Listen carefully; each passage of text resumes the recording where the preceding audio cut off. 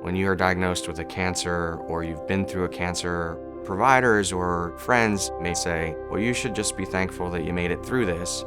And I disagree with that. I think that you should only be happy when you feel that you've gone far enough to be the best version of yourself.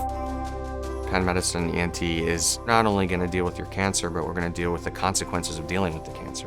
So I think we're going to have to come pretty close to the midline on top of the cranium. Head and neck cancer can arise in the tongue, the jawbone, along the skin of the head and neck. So very visible areas that anyone can see when you're out in the street.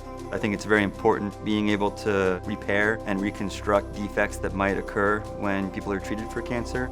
We think about reconstruction as restoration of quality of life. We want patients to be able to walk around in public and feel like they're normal.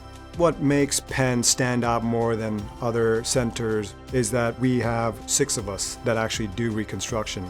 Both within the department, but even outside the department, this multidisciplinary team that we have includes oncologists and radiation doctors and pathologists. It's just a very deep team. I like the fact that our mid-segment is 3 centimeters. It's not a small segment. We're always pushing the boundaries, thinking about problems in a more challenging way, thinking about minimal access incisions. What we have at our disposal is truly cutting edge. We're using growth factors to help us regenerate tissues. We're using biological substitutes that are much more robust than the person's own tissues.